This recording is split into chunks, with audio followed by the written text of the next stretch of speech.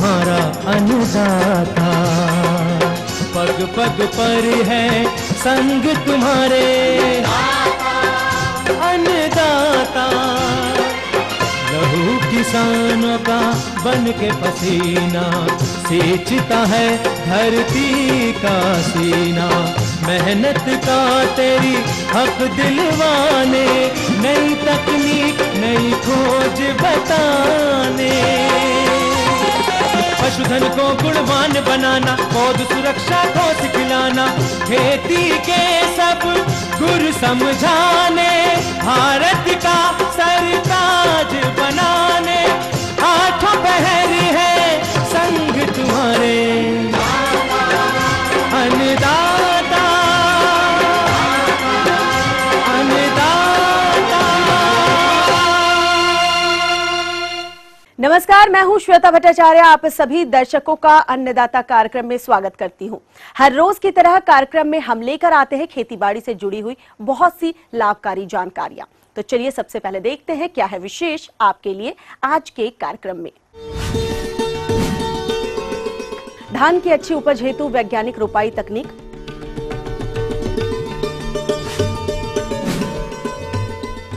फूल गोभी के अधिक उत्पादन हेतु कैसे करें इसकी रोपाई,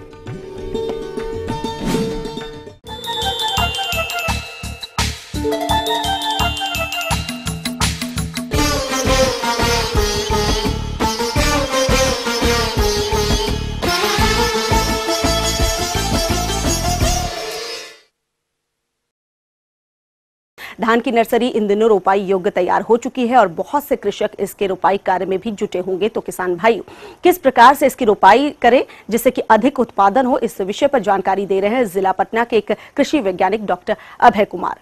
धान की जब भी रोपनी करने जा रहे हैं, पहली बात जो आती है वह है धान का बिचा का क्या एज है, क्या उम्र हो।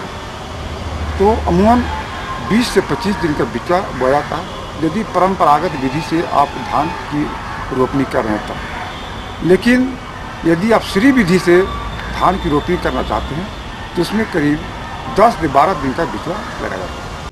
किसान भाइयों, रोपण हेतु 25 से 30 दिनों की पौध उपयुक्त होती है। अगर आपकी नर्सरी 30 दिनों से अधिक हो गई है तब आप पौधों को उखाड़कर उनके शीर्ष भाग की कटाई कर दें। ऐसा करने से खेत में तना छेदक कीट का प्रभाव भी कम होगा। पौध उखाड़ने के बाद उनका जड़ उपचार अवश्य करें।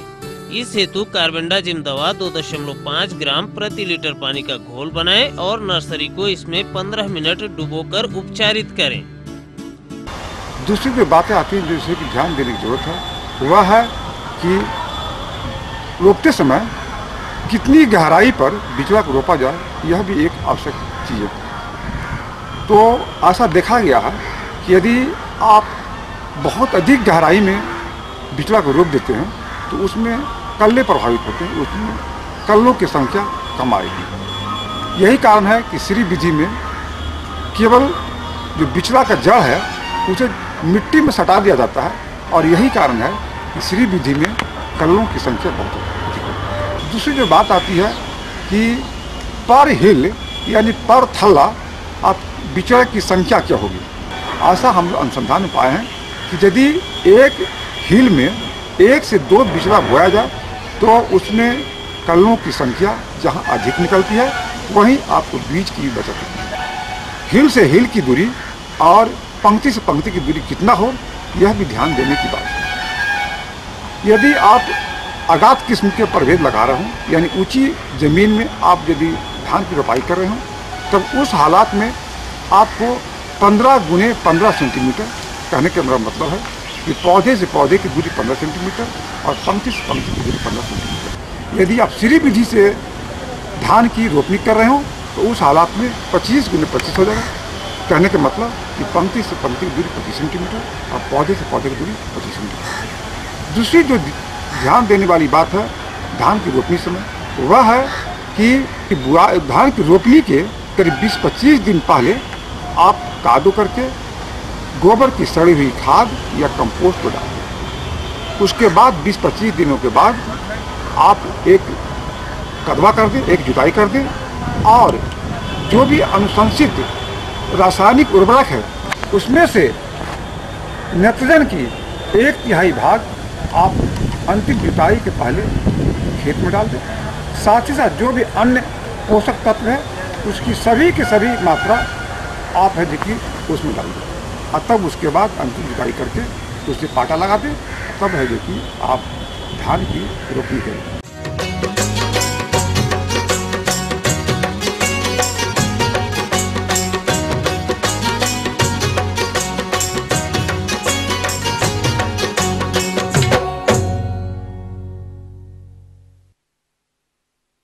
सब्जी वर्गीय फसलों में फूल गोभी का प्रमुख स्थान है और अभी इसकी रुपाई का उत्तम वक्त भी चल रहा है। हमारे बीच जिला रांची के प्रगतिशील कृषक सुखदेव उरांव मौजूद हैं, जो कि इस वक्त मल्च और ड्रिप सिस्टम लगाकर फूल गोभी की रुपाई का कार्य कर रहे हैं। तो किसान भाइयों, आइए मिलते हैं उन्हीं से और जानते हैं उनके अनुभवों को।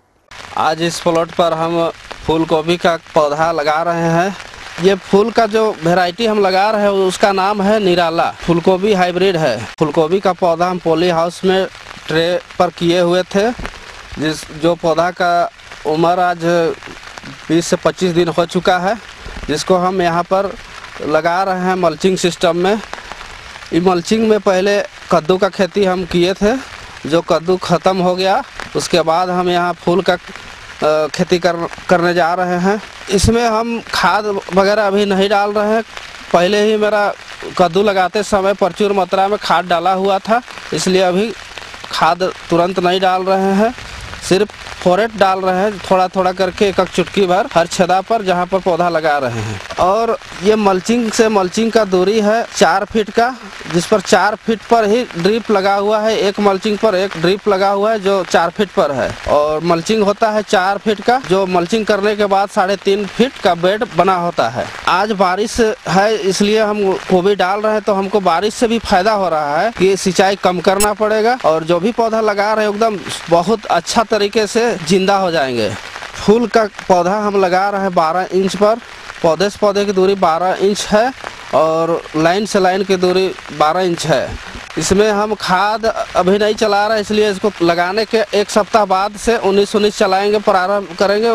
मतलब शुरू में 19-19 चलाएंगे, उसके बाद 8 दिन के बाद यूरिया चलाएंगे। एक बार में 300 ग्राम करके 1 सप्ताह तक 3 दिन चलाएंगे। उसके बाद फिर 12-61-0 चलाएंगे, उसको भी उसी तरह से 200 ग्राम करके 3 दिन चलाएंगे। उसके बाद फिर पौधा का रंग देखने के अनुसार से ही उस पर हम खाद की मात्रा बढ़ाते चले जाएंगे। मल्चिंग लगाने से हमको बहुत सा फायदा हो रहा है। जैसे पहले कद्दू था, उसके बाद अभी उसी मल्चिंग पर हम फूलगोभी का खेती कर रहे हैं। तो डबल फसल, एक बार मल्चिंग करने के बाद डबल फसल ले रहे हैं इसमें। और इससे होता क्या है कि खरपतवार नहीं आते हैं, और जो अगर थोड़ा बहुत आ भी जाते हैं तो उसको हम लोग समय समय पर निकाई गुड़ाई करते रहते हैं। इससे हम लोग को काफ़ी फायदा होता है। सिंचाई कम करते हैं, जो हमेशा नमी बना हुआ रहता है। इसमें ड्रिप है। आज पानी का मौसम है तो आज सिंचाई करने की आवश्यकता भी नहीं है। इस तरह से हम फूलगोभी का खेती कर रहे हैं। मेरा नाम है सुखदेव उरांव, ग्राम रेंडो करम टोला और पोस्ट है बोड़िया, पंचायत चुट्टू, प्रखंड कांके, जिला रांची, झारखंड। ये थी कुछ उपयोगी जानकारियां। अब लेते हैं एक छोटा सा ब्रेक, जल्द लौटेंगे और कार्यक्रम में आगे है महत्वपूर्ण जानकारियां। बने रहिए हमारे साथ। बरसात के मौसम में बकरियों की देखरेख और प्रबंधन कार्य। अरे चाचा, गंगा को लेकर कहाँ जा रहे हो? 1 महीने से बहुत कम दूध दे रही है। इसे दिखाने के लिए शहर ले जा रहा हूँ। इसे एरोसोल कंपनी की कैल्शियम से भरपूर इलेक्ट्रोमिक्स AD3 पिलाओ। दूध की बाल्टियाँ भरते भरते थक जाओगे। इलेक्ट्रोमिक्स ने किया कमाल, पशु स्वस्थ, पालक मालामाल।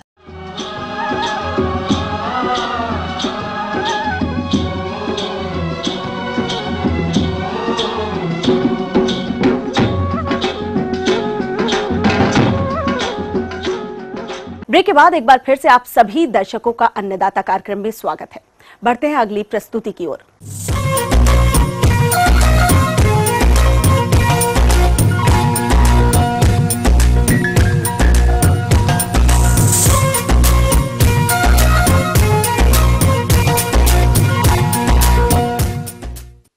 हमारे हमारे राज्य बिहार एवं झारखंड के बहुत से किसान कृषि के साथ साथ कृषि सह व्यवसायों में बकरी पालन को अपना रखे हैं, किंतु अधिकांश बकरी पालक बकरियों के प्रबंधन पर ध्यान नहीं दे पाते हैं, जिसके कारण बकरियों की धीमी बढ़वार तथा विभिन्न रोगों के चपेट में वो आ जाती हैं। अतः बकरियों की देखरेख एवं संतुलित आहार प्रबंधन कैसे करें जिससे कि ये व्यवसाय लाभकारी बन सके, इसकी जानकारी देने के लिए हमारे बीच उपस्थित है एक विषय विशेषज्ञ डॉक्टर SP सिंह त्यागी। देखिए, मैं आपको जो है बकरियों की देखरेख के बारे में जो है जानकारी देने जा रहा हूँ। ये जो है 14 महीने में 2 बार बच्चे देती है और बच्चे जो हैं वो ट्विंस होते हैं, एक बार में 2 बच्चे जनरली होते हैं। तो आजकल चूंकि चारागाह कम पड़ गए हैं तो एक बर्बरी जो ये हमारी ब्रीड है इसको आप बांध के भी खिला सकते हैं और बहुत अच्छी जो है नस्ल है ये बकरी की, तो दूध देने में भी और जो है मांस के लिए भी, क्योंकि ख़ास तौर से जो बकरी पालन है हमारा इसमें मेन पर्पज जो है वो मांस के लिए रहता और बाद में हम जो है दूध का भी जो है इससे उपयोग कर सकते हैं, क्योंकि दूध जो है इसका वो ह्यूमन मिल्क से या आदमी के दूध से बहुत मिलता जुलता है। तो बच्चों के लिए या वृद्ध लोग हैं जो गाय या भैंस का दूध नहीं पचा सकते तो उनके लिए ये बहुत मुफीद है। तो जब हमारी बकरियां जो हैं वो प्रेगनेंसी में हों, बच्चा देने वाली हों या दूध दे रही हों, तो इसमें हमें ध्यान रखना है कि भाई बरसीम या जो है लूसर्न रिज का हमारा इनकी है जो है इनको 1.5 से 2 किलो हम दें और हमेशा जो है जब दूध देती रहे या प्रेगनेंसी में हो तो 250 से 300 ग्राम जो है हम इनको दाना देते रहें। ये बड़ा ज़रूरी है बकरियों में उनकी सेहत के लिए। और इस दाने में हमें ये ध्यान रखना है कि 1% नमक और 2% जो है हमारा मिनरल मिक्सचर अवश्य होना चाहिए। इससे जो बहुत सारी बीमारियां हैं जैसे मिल्क फीवर है या बीमारियों से लड़ने की ताकत भी जो है हमारी आती है, तो कभी बकरियां कम से कम बीमार होंगी और हमारे किसान भाइयों को अधिक से अधिक जो है लाभ मिलेगा।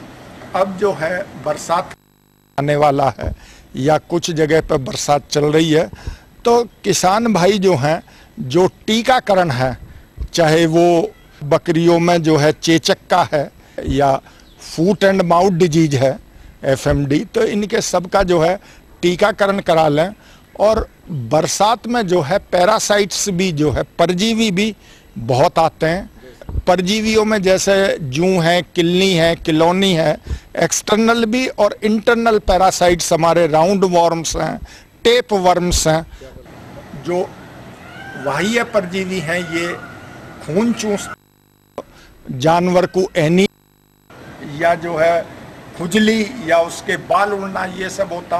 और जो अंदर के पैरासाइट हैं वो आंतों से जो है और पूरा भोजन खा जाते हैं और कई तरह की ये फैलाते हैं। तो इसके लिए जो है अब आइवरमेक्टिन जो है इंजेक्शन आ गया है।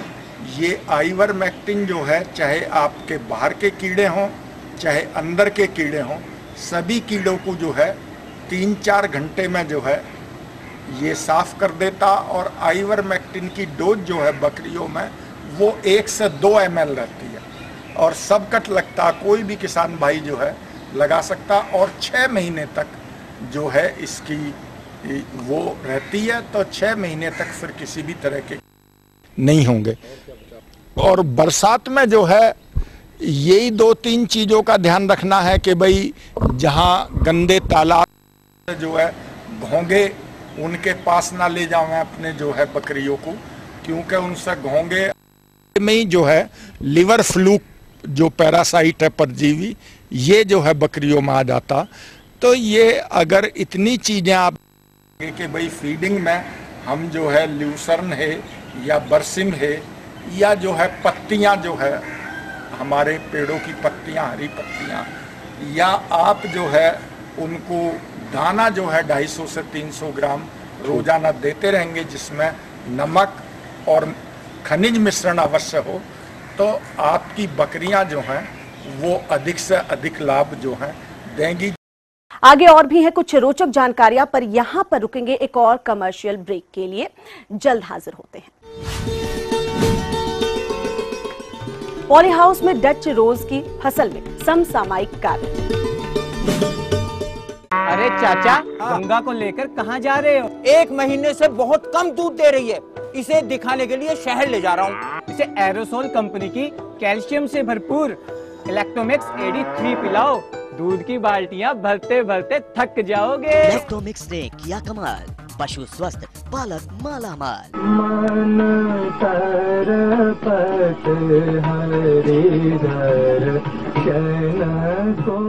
वो खुदाई मौसीकी जो ले आए जन्नत जमी पर। जो भी हो तुम खुदा की कसम लाजवाब। वो दिलकश अंदाज जो लौटा लाए गुजरा जमाना। प्यार किया तो डरना क्या, जब प्यार किया तो डरना क्या। देखिए भूले बिसरे गीत।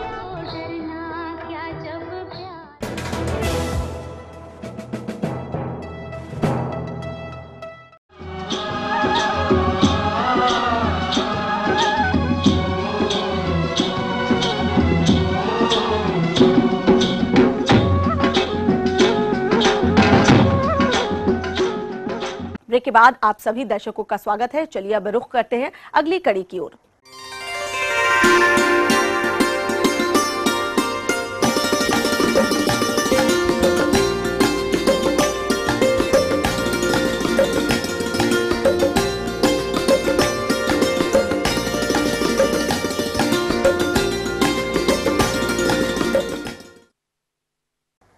डच गुलाब की मांग दिन प्रतिदिन बढ़ती जा रही है, जिसको देखते हुए हमारे कुछ किसान भाई इसकी पॉली हाउस में खेती करना शुरू कर चुके हैं। इससे उत्तम और अधिक पैदावार प्राप्त करने के लिए कौन कौन से प्रबंधन कार्यों को करना जरूरी है, इसकी जानकारी दे रहे हैं एक प्रगतिशील किसान मुकेश कुमार खौड़ियार। गुलाब की खेती से हम कैसे लाभ कमा सकते हैं उसके बारे में थोड़ा सा बताना चाहूँगा कि ग्रीन हाउस जो बनाते हैं वो जो कंपनी वाले लोग हैं उन लोग आकर के बना के जाते हैं। इसमें नाली जो है हिसाब से मतलब एक समान बेड बने हमारे, उसका भी ध्यान देना पड़ता है। इसलिए जो बेड बने उसकी जो डिस्टेंस है उसको ध्यान रखते हुए इसमें जो काम करने के लिए जो मतलब फूल वगैरह तोड़ना है उसके लिए चलने के लिए अंदर में नाली जो बनाते हैं वो नाली लगभग 50 सेंटीमीटर की रहती है और बेड जो बनाते हैं हमारा वो 90 सेंटीमीटर का इसमें बेड के ऊपर की क्यारी रहती है और 1.5 फीट ऊंचा हमारा ये बेड बनता है। इस प्रकार से जब हम बेड की तैयारी पूरा कर लें उसके बाद में इसमें ड्रिप पाइपलाइन बिछाएंगे। ड्रिप पाइपलाइन इसमें 2 ड्रिप पाइपलाइन डालना है और जो टपक पद्धति बोलते हैं वो टपक पद्धति के माध्यम से इसमें खेती कर सकते हैं और कम पानी से कम बिजली बिल से अपन इसमें अच्छी खेती और गुलाब की कर सकते हैं। इसके अंदर में जो हम रासायनिक खाद डालते हैं वो 2 बोरा अपना DAP डाल सकते हैं और साथ ही साथ पोटाश इसमें डाल दें और माइक्रो न्यूट्रिएंट जो न्यूट्रोबिनेस बोलते हैं उसको जिंक को उसको डाल सकते, हाई जिंक को डाल सकते हैं। इस प्रकार से 5 किलो उसकी जरूरत पड़ती है माइक्रो न्यूट्रिएंट की। और गोबर खाद ऑलरेडी हम पहले जो 8:4 का जो हमारा और 2 का रेशो है उस रेशो में हम 8:4:2 में इसमें मट्टी और गोबर खाद और धान का भूसा उसको मिक्स करके डाल सकते हैं। इसकी रोपाई करने के लिए हम क्या ये कहेंगे कि पौधे से पौधे की दूरी जो है 7 इंच रहना चाहिए और साथ में क्यारी से क्यारी की जो दूरी है वो 1.25 फीट की रहनी चाहिए। उससे क्या होगा कि हमारे पौधे की संख्या जो है वो ज़्यादा रहेगी और यदि हमारे पौधे की संख्या ज़्यादा रहेगी तो इसमें जो स्टिक आएगी वो स्टिक सीधी और लंबी आएगी। तो विशेष तौर पर गुलाब के अंदर में पानी की मात्रा बहुत कम लगती है क्योंकि ये पॉली हाउस के अंदर में है, इसलिए इसके अंदर में विशेष ध्यान देना पड़ता है कि पानी एकदम कम से कम रखें। साथ में जब अपना ये देखना है कि इसमें जब एक पौधे से 5 ब्रांचेस ना निकल जाएं, यदि इसकी जो मेन ब्रांच रहती है उसमें क्या है आँख बैठाल के इन लोगों ने कलम पद्धति के माध्यम बडिंग बोलते हैं उसके माध्यम से आँख बैठाल के उन लोग पौधा तैयार करते हैं तो उसको अपने को मेन ब्रांच को उसको तोड़ना पड़ता है। तो उसको तोड़ने के लिए जो है उसको आसान तरीका बताया गया है कि हल्का सा उसको मोड़ना है। ये यहाँ पे साइड में एकदम नीचे से निकलता है, अपना जो आँख बैठाला गया है वो यहाँ पे ऊपर में बैठाला गया है। इस प्रकार से यहाँ पे ऊपर में अपना आग बैठाला गया है और ये काफी नीचे से निकल रहा है तो इसको हिसाब से दोनों हाथ से तोड़ना पड़ता है। दोनों साइड में हल्का हल्का झुका देते हैं इस प्रकार से, और उसके बाद ही इसको ऐसा हल्का सा खींचते हैं, तो उसके बाद में ये निकल जाता है। इस प्रकार से इसको दोनों साइड में झुकाना है पहले, और उसके बाद में ही इसको निकालना है। जो आग बैठाला हुआ गुलाब का डंडी जो है वो डंडी टूटना नहीं चाहिए। यदि वो डंडी टूट गया तो उसके बाद में वो गुलाब का झाड़ आपका बेकार हो जाएगा। इसलिए इसको निकालना बहुत ज़रूरी है, समय समय पर छटिंग करना बहुत ज़रूरी है। और उसके बाद में अपन जैसे प्रोडक्शन लेते रहते हैं तो अपने को ये भी देखना है, आज जैसे ये डंडी है, ये डंडी यहाँ से यहाँ तक की छूटी और पड़ी हुई है, इसको और दबा करके काट लें थोड़ा सा, ताकि इसके नीचे से जो साइड ब्रांचेस हैं वो ज़्यादा से ज़्यादा अपन ले सके उसके अंदर में। अभी आप इसमें देख रहे होंगे जो छोटे छोटे कीड़े दिख रहे हैं वो माइट्स कहलाते हैं, लाल मकड़ी बोलते हैं इसको। और एकदम छोटे होने के कारण कई बार इसको लेंस से भी देखना पड़ता है। इसके अंडे तो और काफ़ी सूक्ष्म रहते हैं, उसको देखने के लिए, अंडों को देखने के लिए विशेष तौर पर लेंस की ज़रूरत पड़ती है। साधारण आँख से इसके अंडे दिखते नहीं हैं। इस प्रकार से आप देख सकते हैं ये पत्तियों के पीछे साइड में इस प्रकार से पाई जाती है। यहाँ पे लाल मकड़ी से कलर चेंज हो जाता है, गुलाब पे भी फूल भी दिखना चालू हो जाता है। तो उससे क्या होता है कि थोड़ा सा एक आध क्यारी में भी अटैक आया है, तो उसके लिए जैसे मेडन दवाई आ गई है, पैरामाइट आ गई है। जैसे मेडन है अपना तो वो 250 ml प्रति एकड़ के हिसाब से उसका यूज़ करता हूँ। और आसानी से मतलब इसको सुबह के टाइम पे इसको कटिंग करना रहता है, और गुच्छा बना करके इसको स्टिक के हिसाब से उसको गुच्छा बना करके हम इसमें ले सकते हैं, खेती कर सकते हैं। साथ ही साथ इसमें जो ऊपर में मतलब झिल्ली लगा दें थोड़ा सा, तो उसकी सुंदरता और बढ़ जाती है झिल्ली लगाने से। और गुलाब के अंदर में विशेष तौर पे यही है कि बस उसका थोड़ा सा ध्यान दें कि उसकी छटिंग जो पत्ते की नीचे की है, उसका पत्ते के नीचे की यदि छटिंग करके भेजेंगे तो और अच्छा रेट मिलेगा इसमें।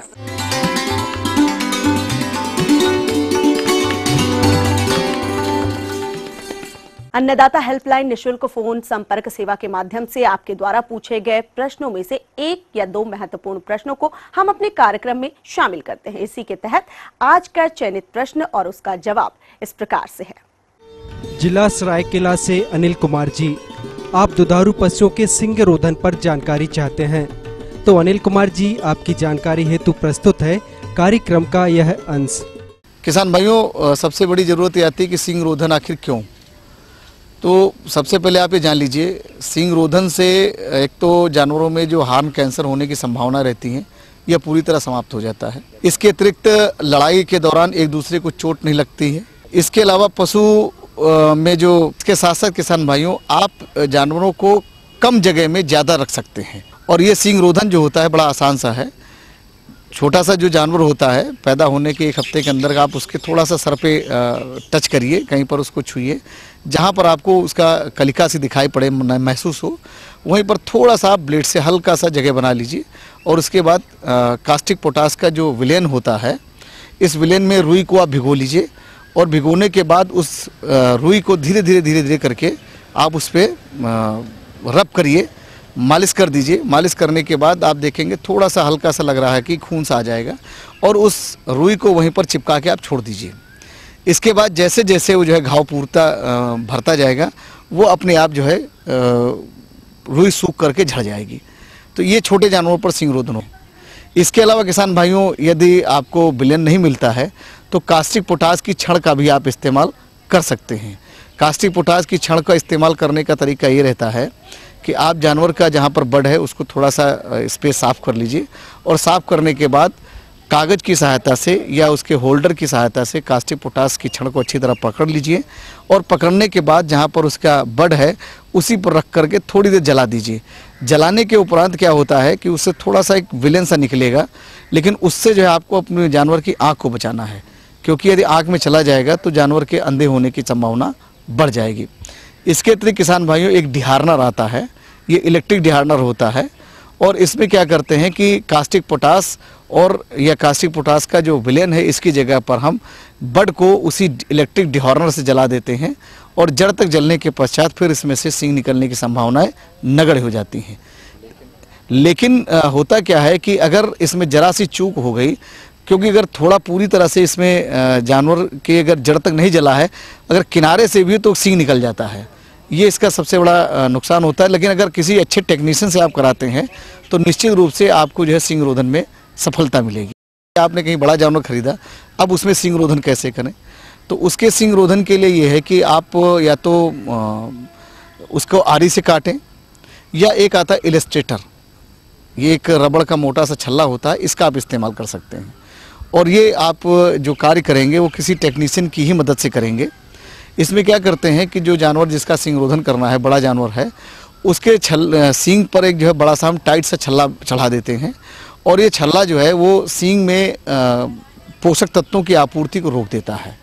और इसके रोकने से क्या होता है कि सींग थोड़े दिन में जो है सूख जाता है, और सूखने के उपरांत आप इसको काट करके अलग कर सकते हैं। इसमें जो सबसे सुरक्षित और अच्छी विधि है वो इलेक्ट्रिक डिहॉर्नर ही आता है, लेकिन इसमें ज़रूरत बस एक अच्छे टेक्नीशियन की होती है। किसान भाइयों, इस तरह अगर आप बताए उपायों से सिंग रोधन अपने जानवर का करते हैं तो निश्चित रूप से आपके जानवर की सुंदरता बढ़ेगी, साथ ही साथ आप कम जगह में अपने ज़्यादा जानवर रख सकते हैं, और इसके अलावा लड़ाई के दौरान एक दूसरे को चोट लगने की संभावनाएं कम हो जाएंगी।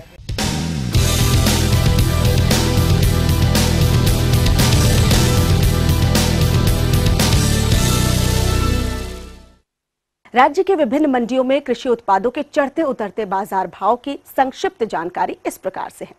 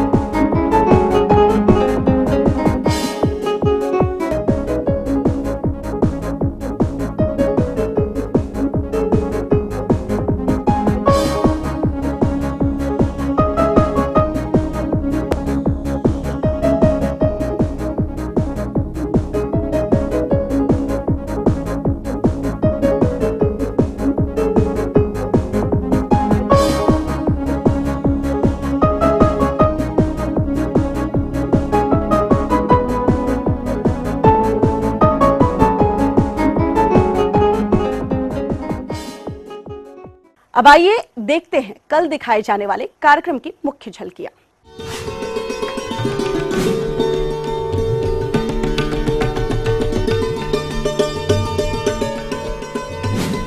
हम उम्मीद करते हैं कि आज का कार्यक्रम आप सभी दर्शकों के लिए उपयोगी रहा होगा। किसान भाइयों, अन्नदाता आपकी सेवा के लिए संकल्परत है। कृषि संबंधित समस्या एवं सुझाव के लिए आप हमें इस पते पर संपर्क कर सकते हैं।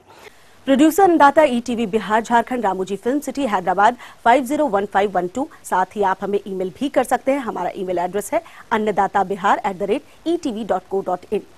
इसके अतिरिक्त आप हमें निशुल्क हेल्पलाइन नंबर 180010845999 पर सुबह 10 से शाम 4 बजे तक सोमवार से शनिवार संपर्क कर सकते हैं। फिलहाल अन्नदाता की पूरी टीम को दीजिए इजाजत। कल फिर इसी वक्त आपसे मुलाकात होगी कृषि संबंधित कुछ और रोचक जानकारियों के साथ।